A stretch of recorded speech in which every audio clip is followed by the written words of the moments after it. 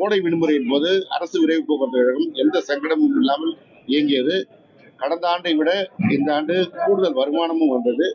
இப்பொழுது 685 பேர் பணிக்கு வந்த புதிதாக வேலைக்கு எடுக்கப்பட்டு பணிக்கு வந்த பிறகு அவுட் சோர்சிங்கில் வந்தவர்கள் விலக்கப்பட்டார்கள். அதே போலதான் மற்ற போக்குவரத்து கழகங்களும் புதிதாக வேலைக்கு ஆட்கள் எடுப்பதற்கான நடவடிக்கை துவங்கிவிட்டது. செப்டம்பர் அக்டோபர் மாதத்தில் அந்த பணிக்கான ஆள் இருக்கின்ற நடவடிக்கை நடைபெறும். அதுவரை இந்த அவுட் சோர்சிங் பல மாநிலங்களில் பென்ஷனே கிடையாது. தமிழ்நாட்டில் தான் முத்தமிழறிஞர் கலைஞர் பென்ஷன் கொடுத்தார். பல மாநிலங்களில் பென்ஷனுக்கு ஒரே ஓரிரு மாதங்கள் தான் அந்த டிஏவே இருக்கிறது. அதையும் இப்போது எல்லாம் நிறுத்திட்டாங்க. எல்லாமே அங்க தற்காலிக பணியாளர் தான் இருக்காங்க. நிரந்தர பணியாளர்கள் எங்கே இருக்கு? நம்ம தமிழ்நாட்டில் தான் நிரந்தர பணியாளர் எடுத்துருக்கோம், அடுத்து எடுக்க போறோம். அதை தான் கொஞ்சம் இந்த பென்ஷன் டிஏவும் தலைவர், பென்ஷன் கொடுத்தவரும் தலைவர் கலைஞர், பென்ஷன் டிஏ கொடுத்தவரும் தலைவர் கலைஞர். பென்ஷன் டிஏவை நிறுத்தியவர்கள் எடப்பாடி ஆட்சி.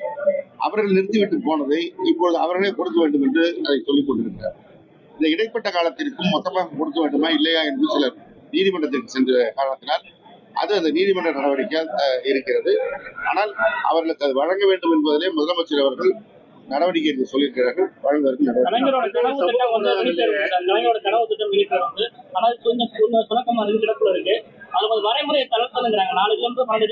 நேற்றைக்கு முன்தினம் சென்னையில புதிய மினிப்பேருந்துகள் துவங்குவது குறித்து கருத்து கேட்பு கூட்டம் உள்துறை செயலாளர் தலைமையில் நடைபெற்றது. அப்போது பல்வேறு சங்கத்தினர் வந்து கருத்து தெரிவித்திருக்கிறார்கள். இந்த நடவடிக்கையை மாண்புமிகு திராவிட மாடல் முதல்வர் இப்பொழுது ஆரம்பித்து சட்டமன்றத்திலும் அறிவித்து ஒரு புதிய வரைவு கொள்கை அறிவிக்கப்பட்டிருக்கிறது. இந்த கருத்து கேட்பு அடிப்படையில் இந்த வரைவு கொள்கையிலே சில மாற்றங்களை செய்து முதலமைச்சர் ஒப்புதல் பெறப்பட்டு புதிய கொள்கை அறிவிக்கப்பட்ட பிறகு புதிய வழித்தடங்களும் வரும். பழைய ஓட்டுகின்ற மினி பேருந்து உரிமையாளர்களுடைய கோரிக்கைகளும் சிலவற்றை ஏற்றுக்கொள்வதற்கு நடவடிக்கை எடுக்கப்படுகிறது. தமிழ்நாட்டோட இரண்டாவது தலைநகரம் திருச்சிக்கு ஒரு கோட்டா இல்லாதனால ஒரு பாதிப்பு சந்திக்க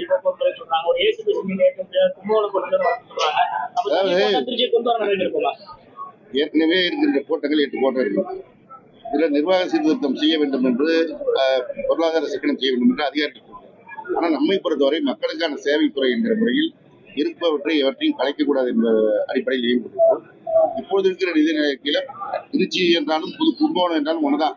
திருச்சியிலும் அதற்கான அலுவலகங்கள் எல்லாம் இயங்கிக் கொண்டிருக்கிறது. இதனால் அதுக்கு எந்த பாதிப்பும் இல்லை. திருச்சிக்கு என்ன தேவை இருக்கிறதோ அதுக்கான நடவடிக்கை எடுக்கும்.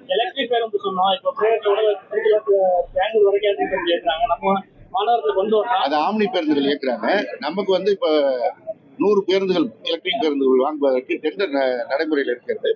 விரைவில் அந்த டெண்டர் முடிந்து அந்த 100 பேருந்துகள் வந்த பிறகு மீதி 400 பேருந்துகள் வாங்குவதற்கு நடவடிக்கை எடுக்கணும். மொத்தம் 500 பேருந்துகள் வாங்கப்பட இருக்கிறது.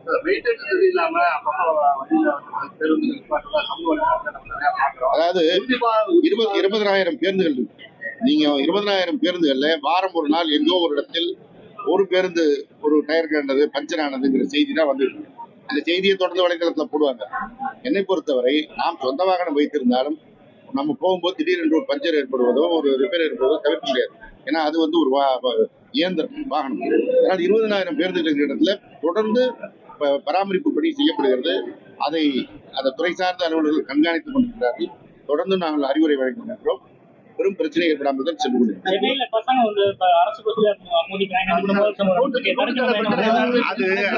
அது காவல்துறை எல்லாம் சேர்ந்து எடுக்கிற நடவடிக்கை எடுக்கிறது. தமிழ்நாடு வந்து பல்வேறு இதுல வளர்ச்சியை சந்திச்சாலும் வந்து தமிழ்நாடு வந்து விபத்துல வந்து முதல் மாநிலம்ன்றது வந்து ஒரு குறியீடு சொல்லியிருக்காங்க. அதை தடுக்கிறதுக்கு என்ன பண்ண போறோம்? சாலை பாதுகாப்பு நடவடிக்கைகள் அத்தனையும் நம்முடைய மாண்புமிகு முதலமைச்சர் தலைமையிலே ஒரு கூட்டம் நடத்தி நடவடிக்கை எடுக்கப்பட்டுள்ளது. சிறப்பான சாலைகள் இருக்கிற காரணத்தால் புதிய தொழில்நுட்பத்தோடு புதிய வாகனங்கள் வருகின்றன. அதிக வேகத்தில் இயங்குகின்ற இடத்தில் சில இடங்களில் விபத்து ஏற்படுகிறது. அவற்றை தடுப்பதற்கு முதலமைச்சர் அறிவுரை. செய்திகளை உடனுக்குடனும் துல்லியமாகவும் தெரிந்து கொள்ள சப்ஸ்கிரைப் பண்ணுங்க.